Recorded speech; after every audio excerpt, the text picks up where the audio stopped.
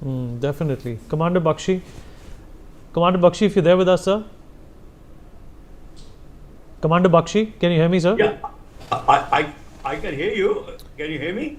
I can hear you, sir. Sir, I don't want to, in fact, put in false parallels, but let's take the example of Israel, sir. In a country that is surrounded by enemies, a country that is, mustering hostilities with everyone around them, a country that has stood the test of time and has defended its culture, its religion, its way of thinking, its legacy, accusations for not decades but hundreds of years, in fact millennia, when it comes to targeting of Jews, and still can drive fear in the hearts of the entire Gulf countries, the entire OIC, if I can include. They will be petrified if you peeve Israel. Why isn't India able to strike a similar kind of fear with its adversaries, considering Pakistan and Bangladesh, two paltry countries that don't even have an economy, don't have any intellect, are surviving on the grants and loans of Saudi Arabia and IMF.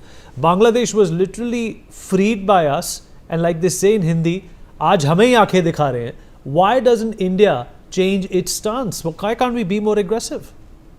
Absolutely right, Vineet. What you are saying is it holds a lot of water. See, when you're talking of Israel and you talk of India, remember you are now comparing. They were surrounded by 7 countries in 1967. They took on themselves and carried out a fight. Do we have the people like Israel have? Listen, if you and me are crossing a river, I have nothing around my neck and I can swim freely, and you are loaded with stones. Who will cross the river safely? Me, not you. We have got all those stones around us. Well, how I'll explain it to you. You know very well that this was an intelligence failure in Pahalgam. Those 4 people were there. They were doing recce for the last 10, 12 days. They were being supported by sleeper cells. They were being boarding and lodging, and every human need was being met. How come the entire J&K police, all the thanedars, nobody knows where they are? That is not possible. That is a stone around our neck, because we cannot unearth them. That is why somewhere down the line our machinery fails. We cannot, nobody has the guts or nobody knows how to do it, to unearth this information, to why they are behaving like that. Otherwise, J&K police, their DGs and all will all come in front of you and all, very nicely dressed and all. That's about all. But when it comes to actual thing, there's a total failure. Why did it happen? This is constantly happening. Not a single FIR on the Kashmiri Pandit's case till that they are all sleeper cells on the living in the houses. Nobody does anything. Here is our problem. Israel has no problem like this. Each and every citizen sleeps with a rifle. They come up and start fighting.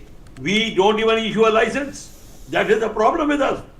Everybody is so scared that what will happen to us when you are living with fear, in fear totally throughout, then you have a problem. And what I tell you, we have not been able to convince ourselves. When I told you, if you have too many cooks in one kitchen, what happens?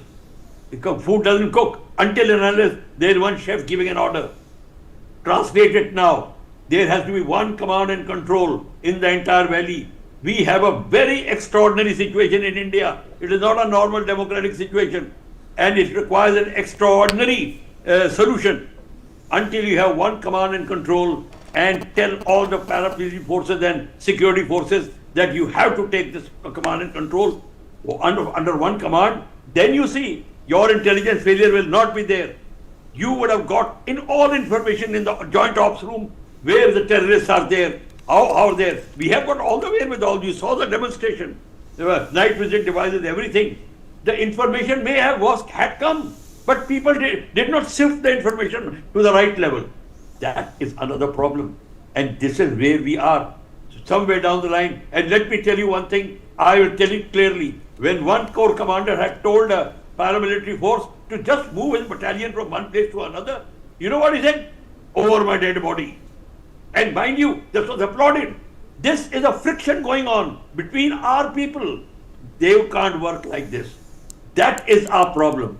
And secondly, we have no dearth of ammunition and equipment as far as Pakistan is concerned.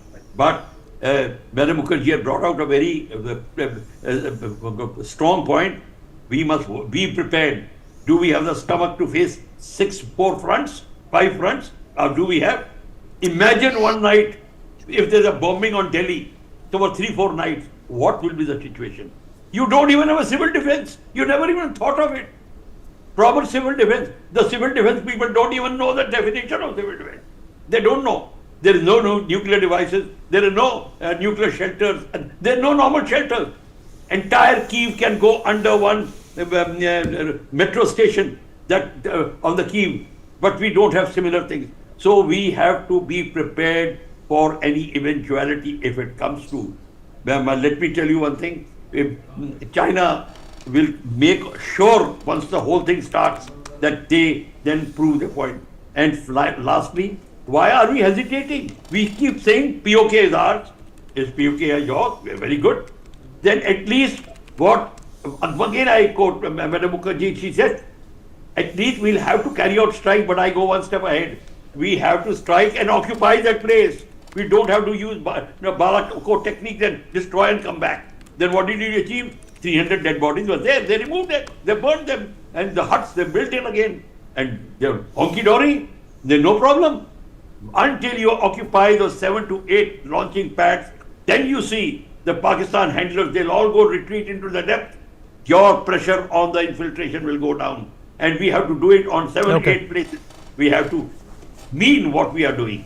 Until we take these steps, Vineet, I'm sorry, we can talk anything and we can quote Shastras and we can quote... You're absolutely right, sir. We do have a paucity of time. I'm going to quickly rope in Ambassador Mukherjee once again.